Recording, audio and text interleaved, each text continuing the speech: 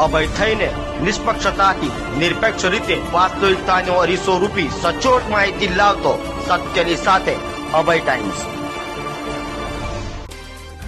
સુરતમાં આજથી મહિલાઓ માટે ખાસ પિંક બસની શરૂઆત કરાઈ છે। ગુજરાતમાં પહેલીવાર મહિલા ડ્રાઈવર પિંક બસનું સ્ટીયરિંગ સંભાળ્યું હતું। સુરત મહાનગરપાલિકાને 2 વર્ષ પછી બીઆરટીએસની પિંક બસમાં મહિલા પાયલટ મળી છે।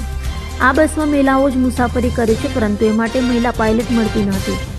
આખરે બસનું સંચાલન કરતી કંપનીને મહિલા બસ પાયલટ મળી ગઈ છે। આ મહિલા બસ પાયલટનું નામ નિશા શર્મા છે અને તે ઇન્દોરની રહેવાસી છે। 1 અઠવાડિયાથી સુરતમાં બસ પાયલટ તરીકે ટ્રેનિંગ લેતી હતી। આજે એટલે કે 20 નવેમ્બર ગુરુવારે આ પ્રથમ મહિલા પાયલટની ઓએનજીસી કોલોની બીઆરટીએસ સ્ટેશન ખાતે 11 વાગ્યે ફ્લેગ ઓફ સેરેમની યોજાઈ હતી। મહિલા પાયલટ પાસે હેવી વાહન ચલાવવાનો 4 વર્ષથી વધુનો અનુભવ છે। રાજ્યની પ્રથમ મહિલા પાયલટ હોવાનો પાલિકાનો દાવો છે। તો આ અંગે મીડિયા સાથે વધુ વાત કર્યા હતી। સોમનાથ મરાઠે ટ્રાન્સપોર્ટ કમિટી અધ્યક્ષ સુરત મહાનગર।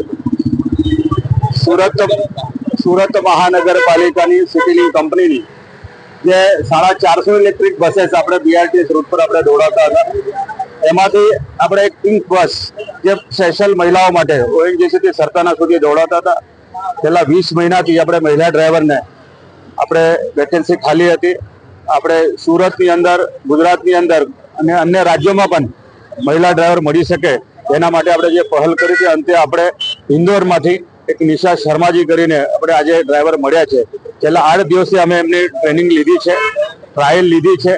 મહિલાનું 4 વર્ષ સુધી મહિલાએ મતલબ આ બીઆરટીએસ ની અંદર જ ઇન્દોરની અંદર નોકરી કરી છે। ખૂબ અનુભવી ડ્રાઈવર છે।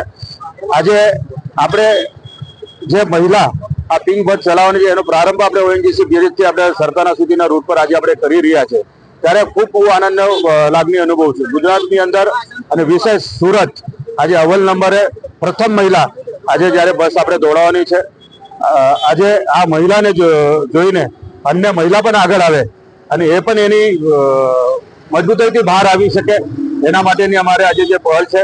મહિલાઓ માટે હજુ પણ આપણી પાસે અહીંયા વેકેન્સી ખાલી છે, કંડક્ટરો માટે વેકેન્સી ખાલી છે। મહિલા સશક્તિકરણ માટે આદરણીય નરેન્દ્ર મોદી સાહેબે જે વાત કરી હતી, આજે સુરતે આગળ આવીને આજે મોદી સાહેબના મિશનને આગળ વધાર્યું છે।